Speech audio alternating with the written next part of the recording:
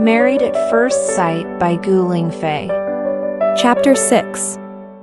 Serenity said with a smile, "What do I need your cousin for? He has a girlfriend.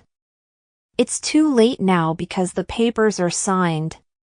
Keep it between us and don't let my sister know. I don't want her to be sad." Jasmine was speechless. Her best friend sure pulled one heck of a move. There are all those Lifetime movies and romance novels about blindly marrying a multi-billionaire. Maybe that's the case with you too, Seren. Smacking her best friend in the head, Serenity remarked with a grin, "I bet you read all the chick lit in the shop. Dream on about marrying a billionaire at first sight. Do you think the place is crawling with billionaires?" Jasmine rubbed on the bump and sighed as Serenity had a point. Jasmine then asked, "Where's your husband's place?" "Brinfield." "Not bad. It's a good neighborhood and easily accessible. Plus, it's not far from our shop." "Where does your husband work?" "He must earn a lot of money since he bought a house in Wiltspoon and in an expensive neighborhood like Brinfield." "What are his wages like? Do you need help with the mortgage?" "Seren, get your name on the title deed if he wants you to contribute to the mortgage. It's to protect yourself. Not to jinx it, but you won't get anything when you guys fall out and divorce since it's a prenuptial property."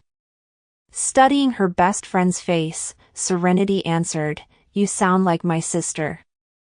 He bought and paid the house in full, so there's no mortgage.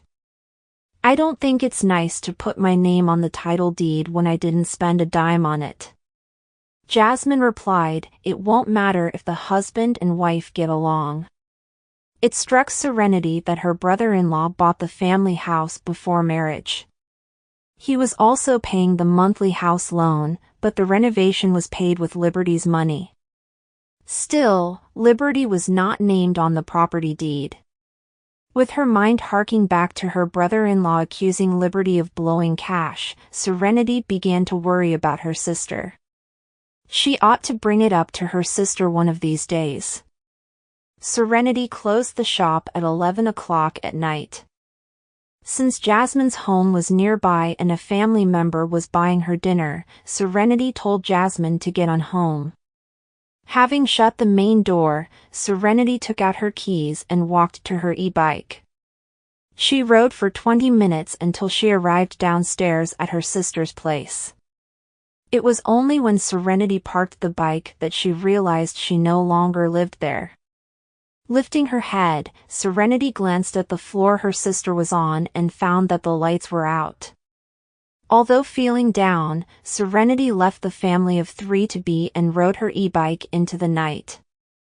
It was midnight by the time she reached Brinfield.